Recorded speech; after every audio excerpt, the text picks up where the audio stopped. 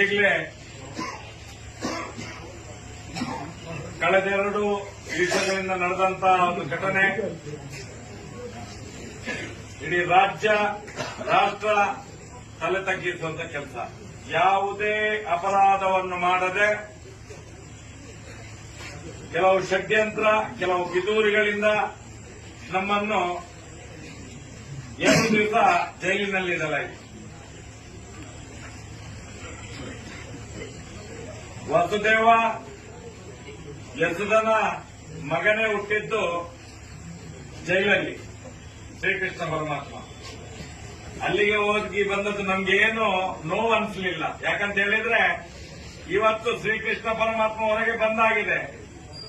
ಮುಂದಿನ ದಿನಗಳಲ್ಲಿ ದುಷ್ಟರ ಸಂಹಾರ ಖಂಡಿತವಾಗಿ ನಡೆಯಿದೆ.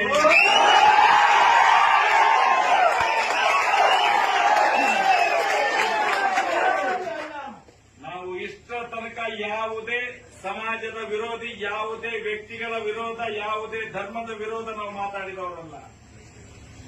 ಬರೇ ಧರ್ಮಸ್ಥಳ ಗ್ರಾಮದಲ್ಲಿ ನಡೆದಂತ ಅತ್ಯಾಚಾರಿಗಳ ದಮನ ಆಗಬೇಕು, ಆ ಅತ್ಯಾಚಾರಿಗಳು ಯಾರು ಅನ್ನುವಂಥದ್ದು ತಿಳಿಬೇಕು ಅನ್ನುವಂಥ ದೃಷ್ಟಿಯಿಂದ ಹೋರಾಟ ಮಾಡ್ಕೊಂಡು ಬಂದಿದ್ದೇವೆ. ಇವತ್ತು ರಾಜಕೀಯದವರ ಕೈಯಾಳುಗಳಾಗಿ, ಅತ್ಯಾಚಾರಿಗಳ ಕೈಯಾಳುಗಳು ರಾಜಕೀಯದವರಾಗಿ ಇವತ್ತು ಇಡೀ ಇಲಾಖೆ ವ್ಯವಸ್ಥೆಯನ್ನು ಪೊಲೀಸ್ನವರು ನಿನ್ನೆಯಿಂದ ಎಷ್ಟು ಶ್ರಮ ಪಡ್ತಾ ಇದ್ದಾರೆ. ನಮಗೆ ಯಾವುದೇ ರೀತಿಯ ಧಕ್ಕೆಯಾಗದೆ ಸಮಾಜದ ಮುಂದೆ ಮೈಶಕ್ತಿ ತಂದು ನಿಲ್ಲಿಸಬೇಕು ಅನ್ನುವಂತ ಒಂದು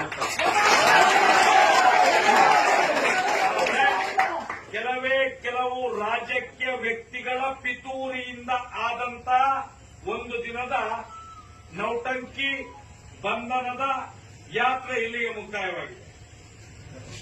ಬೇಜಾರಾಗೋದು ನಾವು ಮುಂದಿನ ದಿನಗಳಲ್ಲಿ ಉತ್ತರ ಕೊಡ್ತೇವೆ. ನಾನು ಈ ಹೊತ್ತಿನಲ್ಲಿ ಏನಂತ ಹೇಳಿದ್ರೆ ಇಡೀ ದೇಶವೇ ತಲ್ಲಣಗೊಂಡಿದೆ. ಈ ವಿಚಾರವನ್ನು ಎಲ್ಲೆಲ್ಲೋ ಕೊಂಡೋಗಿ ಏನೇನೋ ಉದ್ರಿಕ್ತವಾಗಿ ಜನಗಳು ಏನೇನೋ ಮಾಡ್ಕೊಳ್ತಾರೆ. ಯಾಕಂತ ಹೇಳಿದ್ರೆ ಇವತ್ತು SIT ತನಿಖೆ ಆಗ್ತಾ ಇದೆ. ಅತ್ಯಾಚಾರಿಗಳು ಯಾರು, ಸಣ್ಣ ಸಣ್ಣ ಹೆಣ್ಮಕ್ಕಳನ್ನು ಬ್ರೂಟಲ್ ರೇಪ್ ಮಾಡಿದವರು ಯಾರು, ತನಿಖೆ ನಡೀತಾ ಇದೆ. SITಯನ್ನು ನಿಲ್ಲಿಸಕ್ಕೋಸ್ಕರ ಈ ಒಂದು ಕೆಲಸ ಷಡ್ಯಂತ್ರ ನಡೀತಾ ಇದೆ. ಅದಕ್ಕೋಸ್ಕರ ನಮ್ಮ ಯಾವುದೇ ಕಾರ್ಯಕರ್ತರು ಕಿಂಚಿತ್ತು ಎದೆಗುಂದದೆ ಮುಂದಿನ ದಿನಗಳಲ್ಲಿ ಧೈರ್ಯವನ್ನು ಧರ್ಮಸ್ಥಳದಲ್ಲಿ ಅಣ್ಣಪ್ಪನ ಮಂಜುನಾಥನ ಸತ್ಯ ಇದೆ. ನಾವು ನಂಬುವಂತ ಎಲ್ಲರ ಮನೆಗಳೆಲ್ಲ ಸತ್ಯ ದೇವತೆಗಳಿದ್ದಾರೆ ಅನ್ನುವಂಥದ್ದನ್ನು ತಿಳ್ಕೊಂಡು ಯಾವುದೇ ರೀತಿಯಲ್ಲಿ ಯಾವನೇ ಇರಲಿ, ಅತ್ಯಾಚಾರಿಗಳ ಪರ ಇರುವಂತವರು ಯಾವುದೇ ರೀತಿಯಲ್ಲಿ ಉತ್ತರ ಕೊಡಲಿ, ನಾವು ಅದಕ್ಕೆ ತಿರುಗೇಟುಕೊಳ್ಳಿಕ್ಕಿಲ್ಲ. ನ್ಯಾಯ ಸಿಗುವ ತನಕ ನಾವು ಸುಮ್ಮನೆ ಇರಬೇಕು. ಜಾಸ್ತಿ ದಿನ ಇಲ್ಲ ಇನ್ನು. ಆದಷ್ಟು ಬೇಗ ಧರ್ಮಸ್ಥಳದಲ್ಲಿ ಆದಂತ ಅತ್ಯಾಚಾರ, ಕೊಲೆ ಪ್ರಕರಣಗಳಿಗೆ ಮುಂದಿನ ದಿನದಲ್ಲಿ ಒಳ್ಳೆಯ ರೀತಿಯ ತೀರ್ಮಾನ ಬಂದೇ ಬರ್ತದೆ ಅನ್ನುವಂತ ಆತ್ಮವಿಶ್ವಾಸ ನಮ್ಗೆಲ್ಲರಿಗೂ ಇರಬೇಕು.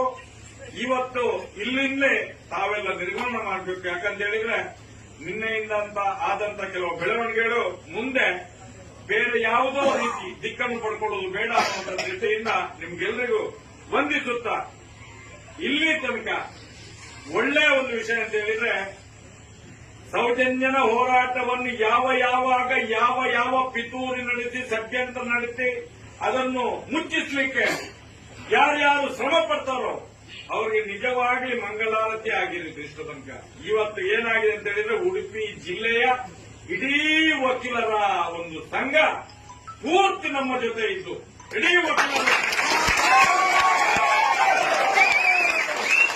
ನೂರಾರು ವಕೀಲರು ಒಗ್ಗಟ್ಟಾಗಿ ನಮ್ಮನ್ನು ರಕ್ಷಣೆ ಮಾಡಿ ನಮ್ಮ ಮನೆಗೆ ಬಿಟ್ಟು ಕಳಿಸಿದ್ದಾರೆ. ಆ ಎಲ್ಲ ವಕೀಲರ ತಂಡಕ್ಕೆ, ಆ ಸತ್ಯವಂತ, ನ್ಯಾಯವಂತ, ಧರ್ಮವಂತ ವಕೀಲರ ತಂಡಕ್ಕೆ ನಾನು ದೀರ್ಘದಂಡ ನಮಸ್ಕಾರ ಮಾಡಿ ನನ್ನ ಒಂದು ಅಭಿನಂದನೆ